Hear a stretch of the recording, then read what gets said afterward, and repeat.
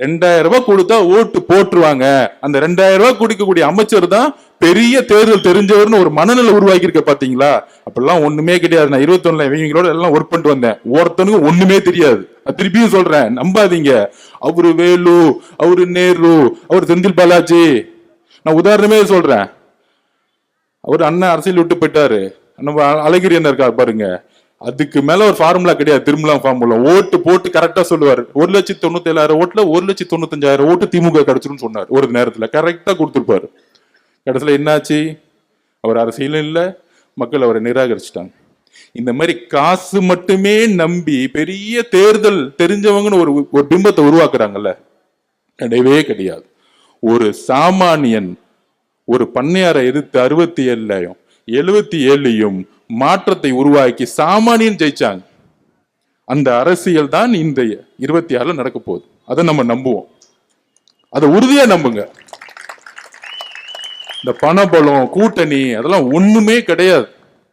நம்ம மதசார்பற்ற கொள்கையில இருக்குன்னு சொன்ன உடனே கூட்டணிக்கு நம்ம அதிமுக போலன்னு சொன்ன உடனே 2 நாளுக்கு முன்னாடி அதிமுக பிரச்சாரம் ஆரம்பிச்சுட்டாங்க.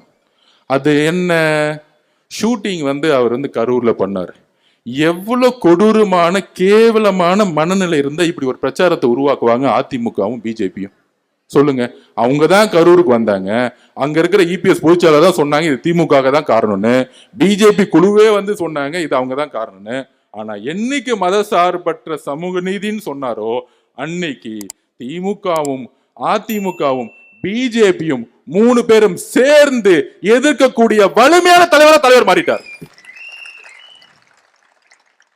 முன்னாடி வெறும் திமுக மட்டும் எடுத்துட்டு இருந்தார். என்னைக்கு ரம்ஜான் மந்த்ல நம்மளுடைய சகோதர சகோதரிகளுடன் டிக்ளேர் பண்ணாரோ இன்றைக்கு உறுதியாக மன நிறைவுடன் சொல்லுகிறோம். தமிழக வெற்றி கழகத்தின் சார்பாக இஸ்லாமிய சகோதர சகோதரிகளே, நோம்போடைய உங்களுடைய சந்தோஷமான மகிழ்ச்சியோட நாள் சொல்றோம், நாங்கள் மட்டும்தான் உண்மையாக உறுதியாக உங்களுடன் எப்பொழுதும் இருப்போம்.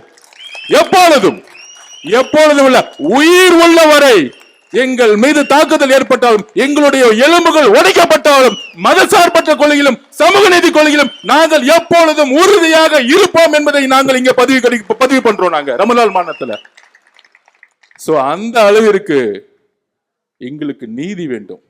எங்கள் மேலுதான் எல்லா பிரஷரும், எல்லா அடியும் விழுவுது. திமுக காரன் போலீஸ் வச்சு அடிக்கிறாங்க. டெல்லியில இருந்து படத்தை ரிலீஸ் பண்ண கூடாது அடிக்கிறாங்க. அதிமுக இபிஎஸ் காலத்துல இருந்து கடுமையான பிரச்சாரத்தை உருவாக்குறாங்க.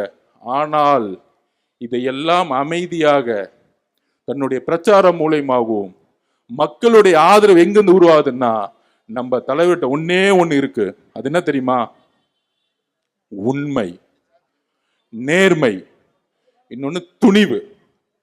இந்த 3ம் தான் நம்ம கிட்ட ஸ்ட்ராங்கா இருக்கு. சோ அதை நாம் நம்புவோம். போதும். இது யார் எந்த கட்சிக்கிட்டையும் கிடையாது. திருப்பி சொல்றேன், எந்த கட்சிக்கிட்டையும் கிடையாது. அதனால இந்த ஒரு போலியான பிரச்சாரத்தை உருவாக்குவாங்க. என்ன பிரச்சாரம்? இப்ப சொன்னாங்களே பாருங்க, கரூர்ல அவர் ஷூட்டிங் நடத்தினாரா? நான் ஷூட்டிங் போனேன். மகாபலிபுரம் பக்கத்துல ஒரு 150 ஏக்கர்ல பண்ணிட்டு இருந்தாங்க. அவர் கிளம்பி வாங்கன்னு சொன்னா 10 நிமிஷத்துல 50,000 பேர் நிப்பாங்க. 10 நிமிஷத்துல 50,000 பேர் நிப்பாங்களா? நிப்பாங்க மாட்டாங்களா? அப்ப கரூர்ல பிரச்சாரம் போன்ற இடத்துல ஷூட்டிங் எடுத்தான்னு ஒரு பொய்யான தகவலை பரப்பி நம்மளுடைய உறவுகளை இழந்து 41 உலகங்கள் இருந்து இன்றைக்கும் வருத்தத்துல இருக்கும். அவங்களை அசிங்கப்படுத்தக்கூடிய செயலை இந்த அரசியல் செஞ்சுக்கிட்டு இருக்கு. அதை நாங்கள் தூக்கி எறிவோம். மக்களே தூக்கி எறிவாங்க. அதை யார் உருவாக்குனதுன்னு தெரியும். அதுக்குதான் போயிட்டு வந்தார் செந்தில் பாலாஜி என்கொயரிக்கு. உண்மைகள் தெரியும். நாளைக்கு ஒரு நாள் எல்லா உண்மைகளும் தெரியும். கரெக்டான நீதிமன்றமும் கரெக்டான ஒரு ஆபீசரும் வருவாங்க, வராமலாம் இருக்க மாட்டாங்க. உண்மை எப்பொழுதும் ஜெயிக்கும். அதை நாங்க நம்புறோம். எப்பயுமே நாங்கள் உண்மையை பக்கம் நிக்கிறோம். அந்த உண்மை எப்பொழுதும் ஜெயிக்கும். அண்ணாக்கு அப்புறம் கலைஞர் உருவானார். அது எம்ஜிஆரும் கூட இருந்தார். கலைஞர் தவறு செய்யும் பொழுது, கலைஞர் குடும்ப ஆட்சி ஏற்படும் பொழுது, கலைஞர் ஊழல் செய்யும் பொழுது, கலைஞர் கொடுமையான ஆட்சி செய்யும் பொழுது, கலைஞர் ஜனநாயகத்துக்கு எதிரான ஆட்சி செய்யும் பொழுது எம்ஜிஆர் உருவானார்.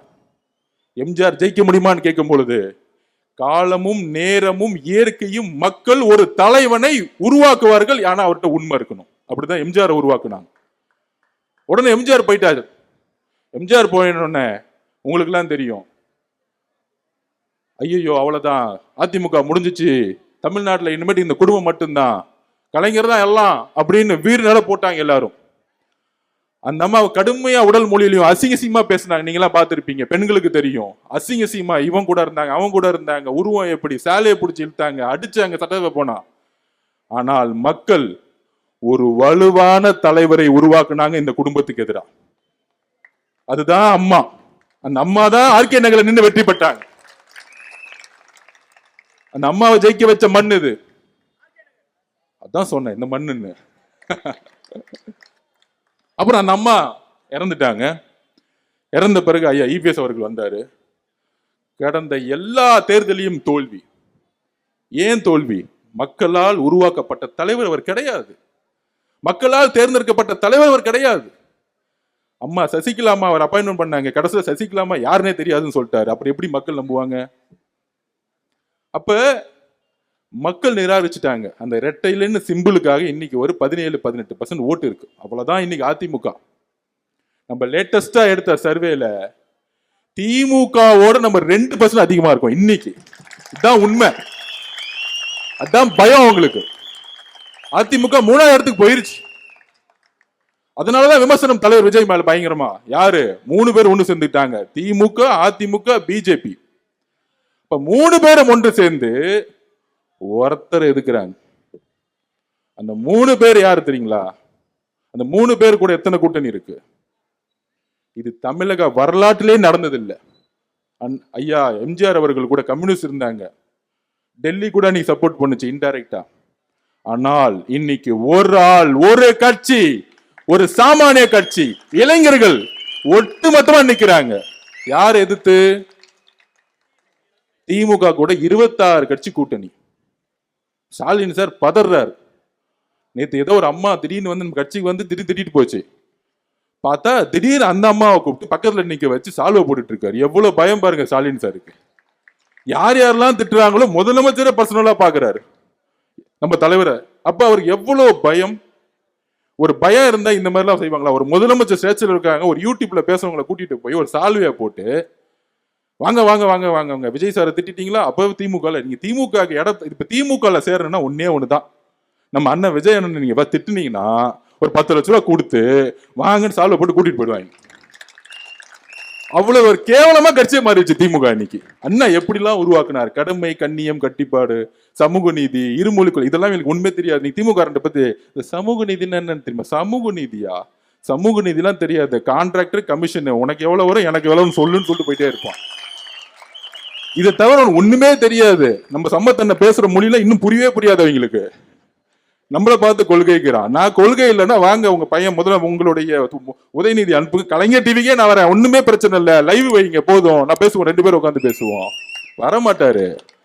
அவருக்கு சா மூ கான்னு சொல்றதுக்குள்ள ஒண்ணும் புரியாது. அவருக்கு என்னன்னே தெரியாது. அவரு கூட இருந்திருக்கும்ல, தெரியும்.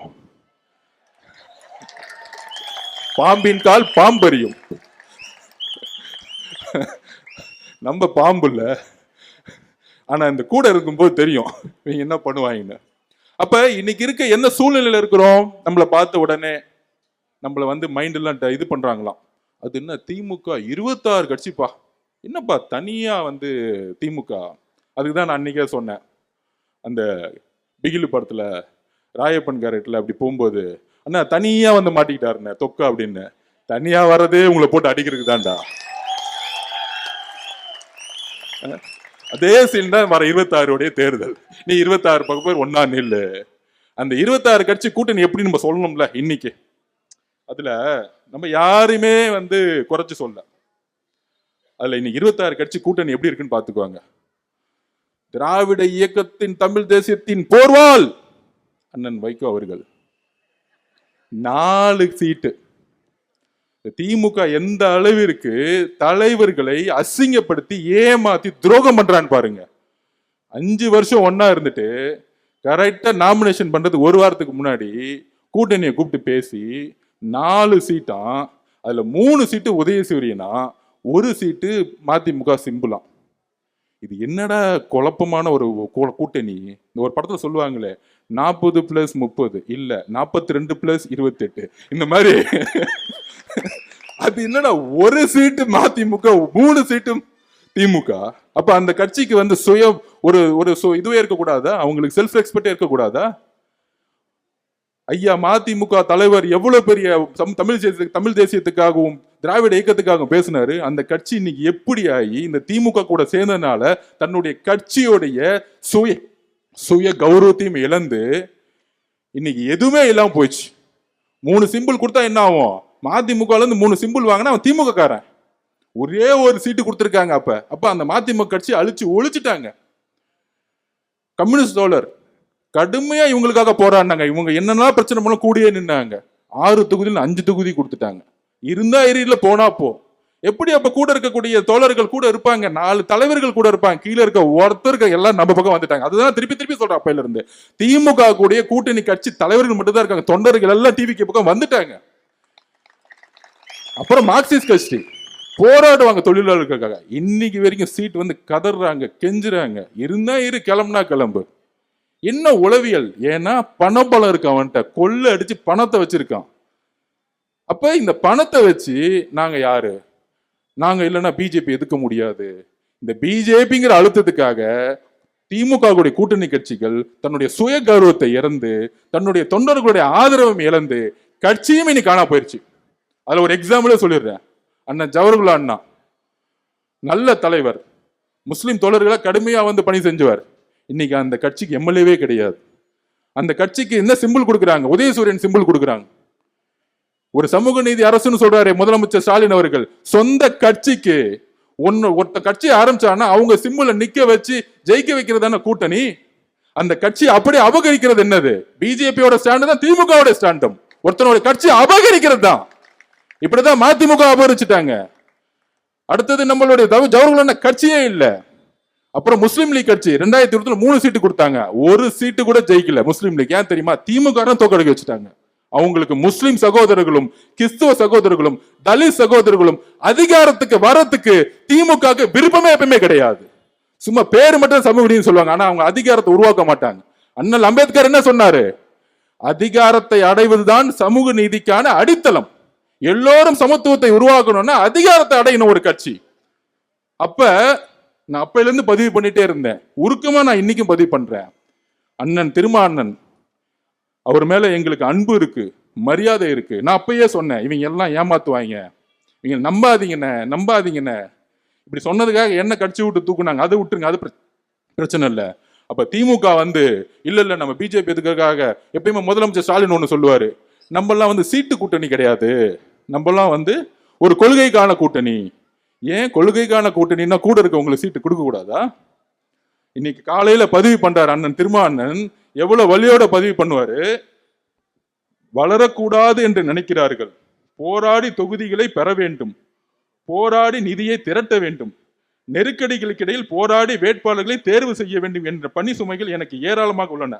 இந்த அரசியல் களமும் சமூக சூழலும் நமக்கு சாதகமாக இல்லை. நாம் எந்த வகையிலும் வலிமை பெறக்கூடாது என நினைப்பவர்களின் எண்ணிக்கையே இங்கு அதிகம். நாம் எந்த வகையிலும் வலிமை பெறக்கூடாது என நினைப்பவர்களின் எண்ணிக்கையே இங்கு அதிகம். அப்படின்னா திமுக தான், வேற யாரு? நாம் எந்த வகையிலும் வலிமை பெறக்கூடாது என நினைப்பவர்கள் எண்ணிக்கையே இங்க அதிகம்னா திமுக பத்தி அவர் பேசிட்டு இருக்காரு. கூட 5 வருஷம் பல கொடுமைகளை தலித் சகோதரர்கள் அனுபவிச்சாங்க. ஆனால் கடைசியா 5 தொகுதிக்கு மேல கிடையாது, 6 தொகுதிக்கு மேல கிடையாது. இருந்தா இருங்க, இல்லைன்னா போங்க. நாம் வளர வேண்டும் என்ற வாழ்த்தவோ ஊக்கப்படுத்துவோ இங்கு யாரும் இல்லை என்பதை யதார்த்தமான உண்மை. எவ்வளவு மன வலிமையோட அண்ணன் திருமானவன் இதை பேசியிருப்பாரு. இத எவ்வளவு அவர் கண்ணுல இருந்து கண்ணீர் மட்டும் தான் வரல. உங்களுக்காக வேங்க பட்சத்துக்காக கடுமையான விமர்சனங்களுக்கு உள்ளாக்கப்பட்டவர். கிட்டத்தட்ட 200 தலித் சகோதரர்களுக்கு பல கொடுமைகள் நடந்திருக்கும். ஒவ்வொரு மாவட்டத்திலும் கொடியேற்ற விடமில்ல, எல்லாத்துக்கும் உங்களோட நின்னாரு. ஒரு நண்பனா, ஒரு சகோதரமா இன்னைக்கு திமுக கூட ஸ்டாலின் சார் நிற்பாரு. ஆனா ஒரு எம்எல்ஏ சீட்டு வரும் பொழுது தலித் சகோதரர்கள் எத்தனை கோடி பேர் இருக்காங்க? 25% இருக்காங்க. அதுல தாதி திராவிடர்கள் 95 லட்சம் பேர் இருக்காங்க. அதோடைய ஒரு முகமா வளர்ந்து வந்தவர் அண்ணன் திருமாண்ணன். ஆனா அவருக்கு 6 சீட்டு கொடுத்து இருந்தா இரு, இல்ல போனா போ. இதுதான் நான் சொல்றேன், இதுதான் அட்ராசிட்டி, இதுதான் பண்ணையாத்தனம். திமுகங்கிறது பண்ணையாத்தனத்துல இருந்து மாறவே இல்லை. ஸ்டாலின் அண்ணா வந்தாருன்னா மாறுவார்னு நினைச்சோம், மாறல. 2011 அவங்க அப்பா கலைஞர் 10 தொகுதி விசிகே கொடுத்தாங்க. இன்னைக்கு 5 தொகுதிக்கு மேல கொடுக்க கூடாது, 6 தொகுதிக்கு மேல கொடுக்க கூடாதுன்னு சொல்றாங்கன்னா இவங்களுடைய பிரச்சனை என்னன்னு தெரிஞ்சா பண்ணையார்த்தனம். அவர் சொன்ன வார்த்தைகள் திருப்பி திருப்பி பதிவு பண்றேன். நாம் எந்த வகையிலும் வலிமை பெறக்கூடாது என நினைப்பவர்கள் எண்ணிக்கையே இங்க அதிகம். அதுதான் திமுக. இதுதான் நான் அன்னைக்கு படிச்சு சொன்னேன். இவங்க ஏமாத்துவாங்க, கூட இருந்து கொள்வாங்க. எப்படிதான் வைகோ எப்படி அந்த கட்சியை முடிச்சாங்களோ, நாளைக்கு விசிகேவை முடிக்கிறதுக்கு அவங்க ரெடி ஆயிட்டாங்க. இந்த எலெக்ஷன் முடிஞ்சா முடிக்கிறதுக்கு அவங்க திமுக தான் எல்லாம் செய்வாங்க. தமிழக வெற்றி கழகம் எதிரி கிடையாது, ஆதவர்ஜனா எதிரி கிடையாது. அண்ணா உங்கள் மீது எப்பொழுதும் நான் அனுபவிச்சிருக்கேன். இது அரசியலா பேசல. உங்களுடைய வழி என்னுடைய வழி, உங்களுடைய வழி இந்த மக்களுக்கான வழி நாங்க பாக்குறோம். கூட்டணி தொடர்ந்து அரசியலுக்கு அப்பாற்பட்டு நான் பேசிட்டு இருக்கேன். ஒரு தவறு நடந்தால் நாங்கள் பெரியாருடைய வழித்தொண்டர்கள். எங்கு ஆதிக்கம் இருக்கோ அங்கு எங்கள் தலைவர் எதிர்த்து நிற்பார். எங்கு ஆதிக்கம் இருக்கோ அங்கு நானும் எதிர்த்து நிற்பேன். அது எந்த அதிகாரம் இருந்தாலும் எங்களுக்கு பயம் கிடையாது, எந்த பயமும் கிடையாது.